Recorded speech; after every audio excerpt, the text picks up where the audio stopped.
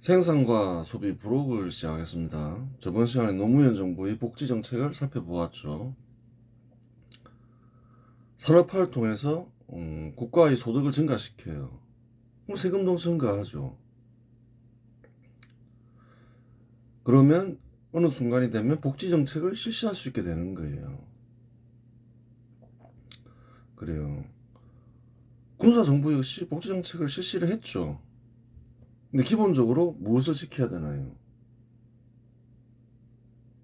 건전재정을 지켜야 되는 거예요.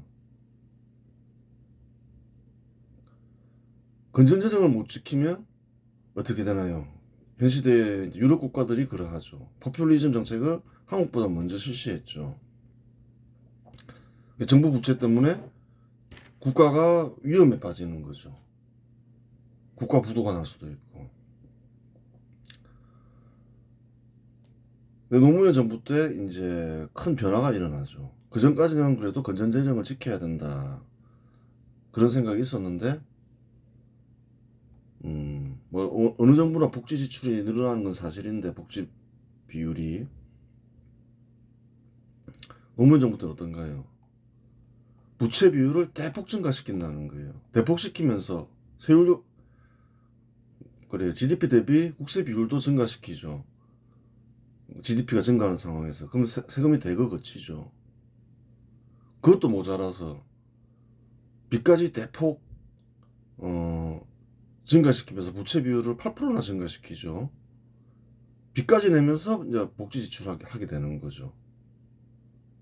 건전재정을 최초로 어긴 이는 노무현 정부다. 그렇게 얘기할 수 있는 거죠. 그 뒤로부터 어떻게 되나요? 완화되는 경우도 있지만 또 그게 또 개성이 되는 거예요. 빚내서 뭐 한다는 거예요.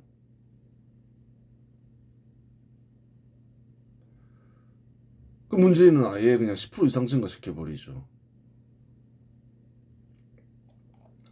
국세 비율도 문재인 때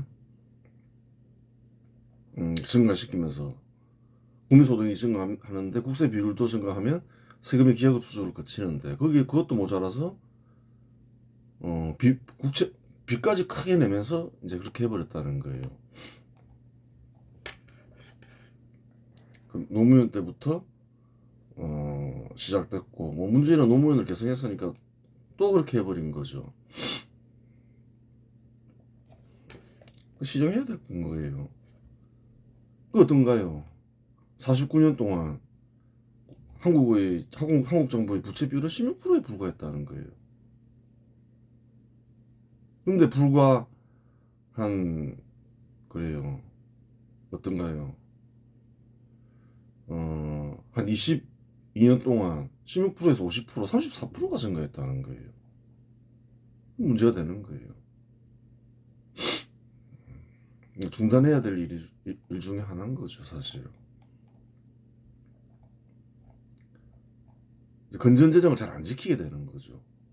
무너져버린 거죠. 무너뜨린 인물이 또 노무현이다. 괜히 그 포퓰리즘 정부다 그렇게 얘기하는 게 아닌 거예요.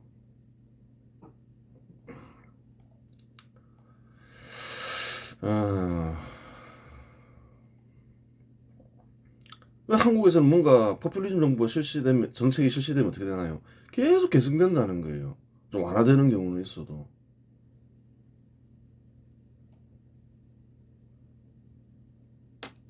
특별한 일이 없음에도 불구하고 그렇죠. 건전재정을 무너뜨린 최초의 정부는 노무현 정부이다. 여기까지 했죠. 그럼 이제 한번 선거를 봐야 되겠죠. 선거 전에 좀 사건을 한번 봐야 되는 거예요. 2004년 3월 12일 노무현 대통령 탄핵 소추안이 가결되었다. 이 중요한 사건이죠. 정치적으로도 정치 지형에도 큰 변화가 생기는 거예요. 탄핵 소추안이 가결되기 위해서는 제적 의원 3분의 2 이상이 찬성해야 되는데 당시의 국회 제적 의원 수는 271석이었으니 181석 이상을 얻어야 했다. 계산하면 그렇게 나오죠. 한나라당 국회의원 수는 139석이라서 탄핵 소추안을 가결시킬 수 없었다. 어떻게 가결시켰느냐 이제 그게 문제가 되는 거죠. 제2당은 새천년 민주당이었죠. 새천년 민주당이 분열되었겠죠. 그래요. 탄핵소추안 가결이 가능했던 이유는 새천년 민주당이 탄핵소추안을 제출하고 한나라당과 자민련이 이에 동조하였기 때문이다. 누가 탄핵소추안을 제출했냐는 거예요. 새천년 민주당이 제출했다는 거예요. 어떻게 된 일이냐, 그걸 알아봐야 된다는 거예요.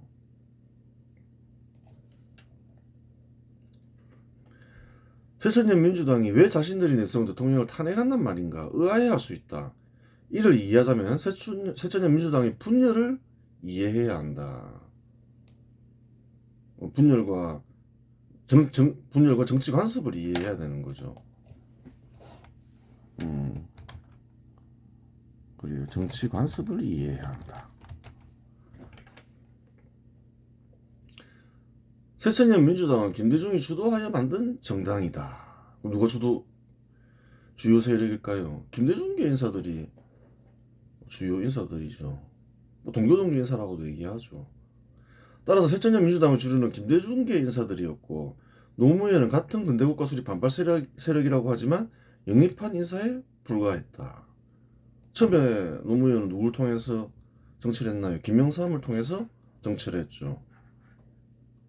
김영삼이 3당 합당을 할 때 이제 갈라선 거죠. 그러다가 이제 이런저런 우여곡절을 겪으면서 새천년 민주당에 합류하죠. 김대중이 대통령직에서 물러났다고 하지만 당의 주류는 우리의 주구는 김대중, 노무현은 당의 하수인 내지 김대중의 하수인이라고 생각했다. 그렇겠죠. 뭐 주류도 아니고 영입했는데 후보로 내세웠는데 대통령이 됐어요. 그래요. 반면에 노무현은 대통령은 김대중이 아닌 당은 나를 보좌해야 할 여당이라고 생각했다. 그렇게 생각할 수 있는 거예요. 생각이 다른 거죠. 그래요. 약간 정당 풍습이 바뀐 거죠. 대통령이 있는 정당은 어떤가요? 그전에는 보면 이승만 정부 때는 자유당이죠. 이승만이 좌지우지했잖아요. 공천에서부터 다 관리했잖아요. 박정희, 전두환, 노태우 다 마찬가지였죠. 김명삼, 김대중 다 마찬가지였다는 거예요. 대통령이 수장이고 당의 총재이면서 당의 운영, 공천 다 대통령이 장악하고 있었다는 거예요. 그런 시대가 이제 끝나는 거죠. 그래요. 한편 김대중의 그러니까 이 노무현은 또 그렇게 생각을 한 거예요. 내가 대통령인데 내가 당 운영하고 다 나를 보좌해야지. 공천도 내가 행사하고 그렇게 생각할 거 아니에요. 이제 동안 관습이 그랬으니까. 한편 김대중의 대북 송금이 드러나자 2003년 2월 한나라당과 자민련은 특검법을 통과시켰는데 당시 새천년 민주당 의원들은 전원 불참했다. 예전에 대북 송금에 대해서 언급을 했죠. 특검을 통과시키겠죠. 그래요. 하는데 새천년 민주당은 김대중 주류가 누군가요? 김대중계 인사들이니까 당연히 이제 전원 불참하고 거부하겠죠. 근데 노무현은 달랐다는 거예요. 그런데 노무현은 대통령의 거부권을 행사하지 않고 특검을 수용했다. 그렇죠. 그러면서 이제 수사에 들어갔다. 과정은 결과는 다 저번에 살펴봤죠. 새천년 민주당 주류 인사들에게 노무현의 행동은 개가 주인을 문 것과 같았다. 그렇잖아요. 새천년 민주당 주류는 김대중계 인사들인데 그들이 주구는 김대중인데 대북 송금은 김대중이 결정한 거잖아요. 처벌 안 받았지만. 그래요. 배신 행위라고 보는 거죠. 하수인이 우리가 내세워서 대통령이 된 주제에 뭐 하는 짓이냐 이렇게 되는 거죠. 밝혀진 것은 아니지만 2004년 총선이 다가오자 노무현은 당의 공천권을 요구했고 당의 주류는 거절한 것으로 보인다. 그렇게 이제 서로 갈등 관계 속에서 간 거예요. 서로 뭐 다투고 있었겠죠. 당의 주도권을 잡기 위해서. 노무현이 대통령이 되기 전까지 여당의 수장은 항상 당의 총재인 대통령이었고 대통령은 당의 운영권과 공천권을 모두 쥐고 있었다. 새천년 민주당이 노무현의 요구를 거절하자 노무현이 2003년 9월 29일 새천년 민주당을 탈당했다. 탈당해버렸죠. 다시 자기가 당을 만들겠다 이렇게 된 거죠. 내가 장악한 당을 만들겠다. 거절한 것으로 보인다 이런 거는 뭐 공식적으로 공개적으로 나온 것은 없어서 이렇게 써놓은 거예요. 아마 그럴 거다. 새천년 민주당이 노무현의 이제 그런 생각, 대통령이 당을 장악해야 되고 운영해야 되고 너희들은 보조해야 된다. 그것을 인정했으면 노무현이 새천년 민주당을 탈당할 이유가 없는 거죠. 인정을 안 하니까 탈당을 했겠죠, 당연히. 근데 이제 또 그게 뭐 공식적으로 공개된 건 아니니까 그냥 이렇게 써놓은 거예요. 노무현이 탈당하자 2002년 10월 20일 유시민, 천정배, 정의찬 등은 새천년 민주당을 탈당하고 개혁국민정당을 창당했다. 2003년 11월 새천년 민주당 인사들과 한나라당 출신 인사들이 합류하자 개혁국민정당을 해산하고 열린우리당을 창당했다. 또 그렇죠. 대표 인사로는 새천년 민주당의 정동영, 신기남, 김근태, 이해찬, 우상호, 이인영, 오영식 등이 있고 개혁국민정당 출신인 유시민, 천정배 등이 있다. 또한 한나라당 출신인 이부영, 김원기 등이 있다. 대체로 보면 운동권 출신이 많죠. 운동권 출신은 뭐 나이가 들어서 뭐 생각이 바뀌었을 수도 있겠지만 공산주의 세력 인사가 많았죠. NLPD를 포함한 그래요. 그런 인사들이 이제 주도를 하는 거죠. 약간 김대중계 인사들과는 좀 다르죠. 껍데기 세력으로 보이는 인사들도 있지만 운동권 출신 엄밀히 얘기하면 공산주의 계열 인사들이 다수 보이는데 이들이 주축이 되어 열린 우리당이 창당되었음을 알 수 있다. 주도 세력이 이제 바뀐다는 거예요. 이 결과는 뭐 다 아는 거니까. 새천년 민주당도 있고 새천년 민주당은 화나겠죠 당연히. 자기들이 내세서 대통령이 됐는데 그래요. 자기들이 뜻과 완전히 반대로 행동을 하고 김대중을 중시하는데 특검 거부권 행사도 하지 않고 거기에다가 이제 탈당까지 해버려가지고 별도로 당을 만들었잖아요. 굉장히 화나겠죠. 2003년 9월부터 검찰은 대선자금수사팀을 구성하여 한나라당과 새천년민주당 대선 캠프를 전면적으로 수사하기 시작했다. 검찰이 이제 9월부터 갑자기 2004년 3월에 선거가 있었죠. 9월부터 대선 자금을 수사하더라. 한나라당과 새천년민주당 대선 캠프죠.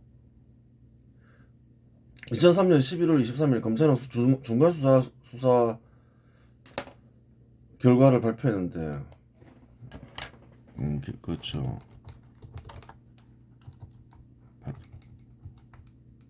노무현은 대선 장관과 아무런 관계가 없다고 발표했다. 다른 사람들만 수사하겠다는 거죠. 새천년 민주당 대선 캠프는 노무현을 당선시키기 위해서 구성한 조직이잖아요. 근데 노무현을 뺐다는 거예요.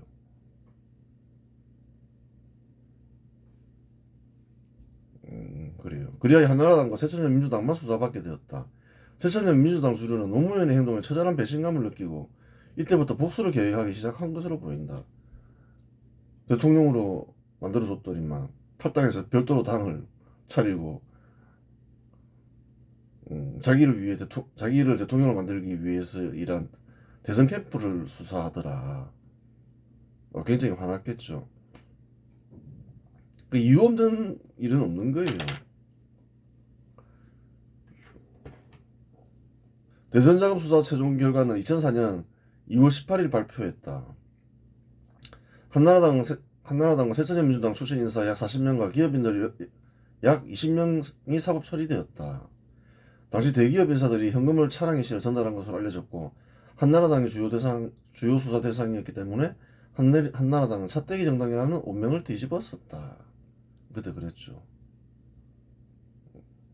좀 선별적으로 그냥 막 금액도 있는데 안 밝히는 이유가 그래도 막 선별적으로 수사를 했기 때문에 그런 거예요. 공정하다고 보기는 어렵죠. 중간에 이제 노무현은 빼버리고 그래요. 2004년 3월 총선 직전에 열린우리당은 47석으로 3당이었는데 어떻게든 총선에서 성과를 내야 했다. 그렇죠. 열린우리당은 여러 의원들을 모으긴 했지만 3당이었다는 거예요. 여기서 지면 이제 큰 문제가 생기겠죠. 어떻게든 이겨야 되는데 최소한 2당은 돼야 될 거 아니에요. 최소한 새천년민주당에는 승리해야 민주당 지지자들 근대국가 수립 반발 세력의 대표 정당이 될 수 있다. 그렇죠. 그렇게 되는 거죠. 3당으로 전락하면 큰 문제가 생기죠. 새천년민주당을 원수로 돌린 상태에서 한나라당은 뭐 원래 그러니까 그렇다 치더라도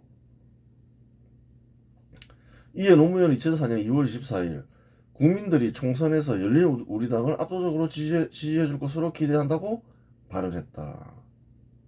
그런데 대통령을 포함한 공직자는 특정 정당 지지 발언을 할 수 없도록 공직선거법이 제정되어 있었다. 헌법에도 아마 있을 거라는 거예요. 대통령은 중립을 지켜야 된다. 근데 하여튼 뭐 공직자는 그래요. 한국에서는 중립을 지키게 돼 있다는 거예요. 대통령 포함해서. 공무원의 중립은 뭐 공무원 기타 정치적 중립을 지켜야 하는 자는 선거에 대한 부당한 영향과 행사 기타 선거 결과에 영향을 미치는 행위를 하여서는 아니 된다. 근데 어떻게 법을 어겼잖아요. 열린우리당 찍어달라 했잖아요. 헌법에도 나와 있을 거라는 거예요. 한국에서는.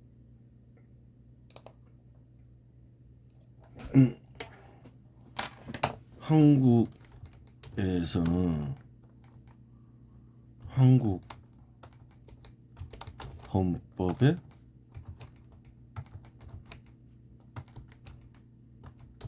대통령은 정치적으로 중립을 지켜야 하나 그런 조항이 있다는 걸로 기억하는데 오래전에 읽어서 헌법을 있잖아요. 대통령 헌법상 선거와 관련하여 정치적 중립을 지켜야 할 의무가 있습니다.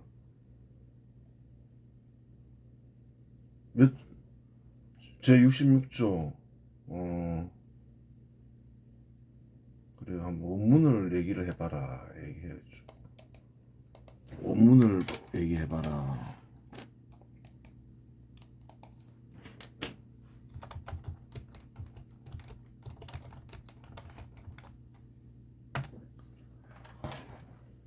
(116조) 1항을 보면 되겠죠.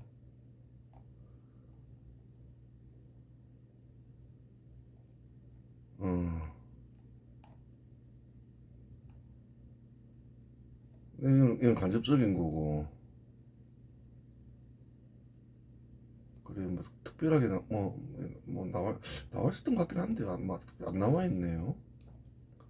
추리는 할 수 있는 거죠.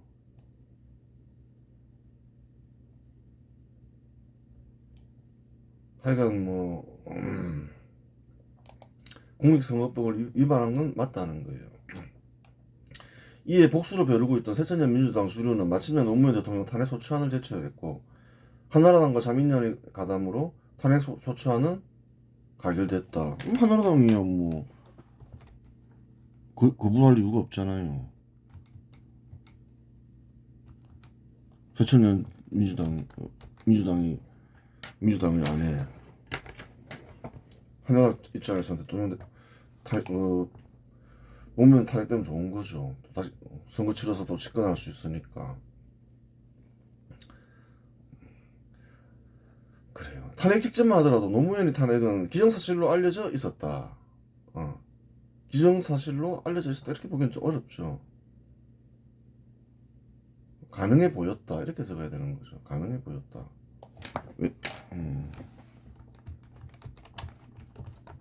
여론조사 결과는 모호하다. 대통령 직무수행 지지율, 탄핵 소추안 발의 직전,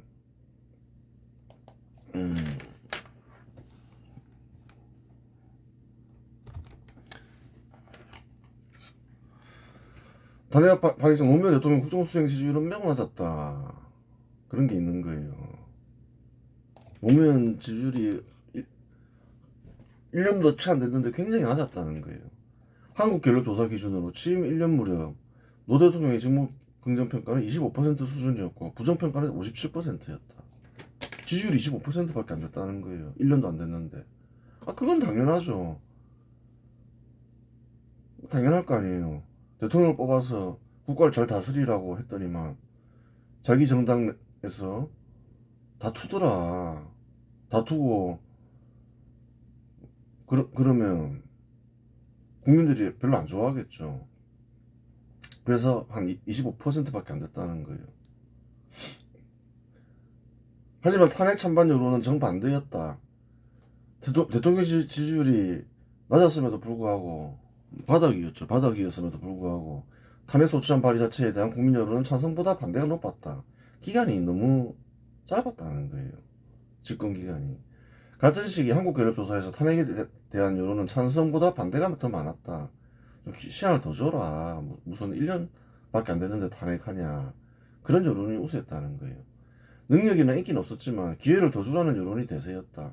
실상 노무현이 대통령에 취임한 지 1년 17일 만에 탄핵 소추안이 발의된 것이니 국민들의 여론은 어찌 보면 당연했다. 그렇겠죠. 탄핵 소추안이 가결되었다고 하여 대통령직을 바로 상실하는 것은 아니다. 헌법재판소에서 심판 절차를 거쳐야 하고 재판관 9명 중 6명 이상 찬성해야 탄핵이 인용된다. 여러 번 겪어서 잘 알죠, 한국인들은. 탄핵이 인용되면 현직 대통령은 즉시 파면된다. 그래요. 노무현 대통령을 지지한 근대국가 수립 반발 세력 인사들은 손에 촛불을 들고 거리로 나와서 고성방가를 지르기 시작했다. 그러겠죠. 노무현 지지자들은. 수십만 명이 서울, 부산, 대구, 광주 등 주요 도시에서 주말에 시위를 했다. 참여연대, 민주노총, 종교조 등 공산주의 세력 단체도 뒤늦게 참여했다. 동정 여론이 크게 일어나자 열린 우리당은 결국 한나라당한테도 승리했다. 이제 그러면서 동정 여론이 크게 일어났다는 거예요. 그 전에도 보면 이제 반대가 다수였잖아요. 지지율은 매우 낮지만 좀 시간을 더 줘라. 1년도 안 됐다. 좀 무리한 탄핵이었죠. 그래요. 열린 우리당이 152석을 얻었다는 거예요. 비례대표 포함해서. 한나라당은 121석 얻었죠. 한나라당한테도 이겨버렸다는 거예요. 3당이었던 열린 우리당이. 최천년 민주당은 그냥 몰락해버렸죠. 9석 얻었죠. 지역구에서 5석 얻고 비례대표에서 4석 얻고 또 몰락한 정당이죠. 자민련 지역구 하나도 못 얻었죠. 완전 몰락했죠. 비례대표 4석 얻었고 민주노동당이 약진했죠. 10석이나 얻었죠. 그래요. 주로 PD계 인사들이 만든 거죠. 공산주의 계열이. 그 전에 참가했는데 한석도 못 얻었지만 17대 국회에서는 10석을 얻었다는 거예요. 근대국가 수립 반발 세력의 중심 세력은 김대중계 인사들인 껍데기 세력이었다. 하지만 열리는 우리당이 대성함으로써 김대중계 인사들은 비주류가 된다. 그럼 비주류가 되겠죠. 열리는 우리당과 맞서 싸우는데 9석밖에 못 얻었잖아요. 106석을 잃고 굉장히 많이 잃었죠. 그래.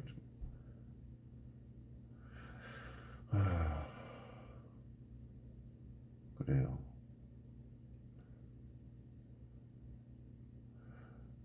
열린우당을 주도하는 NLD를 포함한 운동권 조치 이제 공산주의 세력이 근대국가 수립 반발 세력이 중심이 된다. 이제 부상을 하는 거죠. 진출.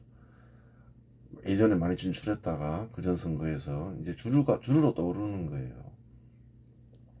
공산주의 세력이 주도하였다고 하여 열린우리당이 공산당인 것은 아니다.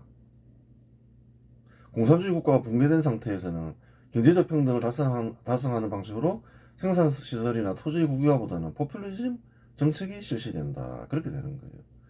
즉 포퓰리즘 세력이 모두 공산주의 세력은 아니지만 공산주의 세력은 국유화를 시행하지 않을 경우 반드시 포퓰리즘 세력으로 나타난다. 그렇게 되는 거예요. 경제적 평등을 실현하기 위해서 부채내 빚내서 복지 실시하고 이제 그런 일들이 막 벌어지는 거죠.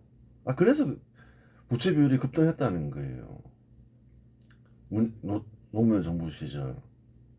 사실 탄핵시켰어야 되는 거예요. 국가와 국민이 잘 되기 위해서는. 시정할 기회가 또 생기는 거죠. 근데 또 이제 당시 여론이 있고 뭐 법적인 문제도 있고 뭐 그러니까 안 됐던 건데 그래요.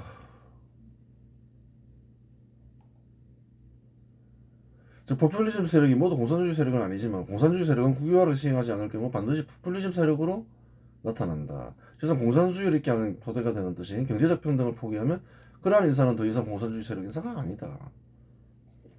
그냥 사람들이 생각이 바꿀 수 있죠. 포퓰리즘 정책은 이제 공산주의 방식은 싫어 안 되겠어. 너무 위험해. 그러면 이제 여러 가지 방식이 동원이 되죠. 뭐 기업 법인세를 올려서 그래요.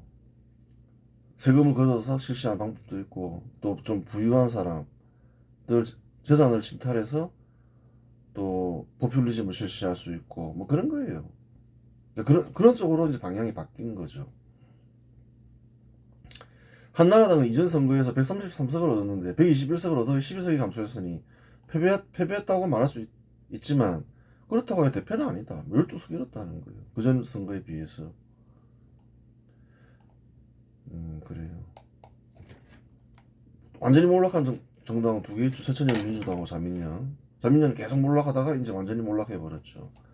김대중의 새천년 민주당은 이전에 115석을 얻었는데 9석을 얻어 106석이 감소했으니 대패하였으며 김대중계는 근대국가 수립 반발 세력에서 비주류로 밀려났다. 그래요.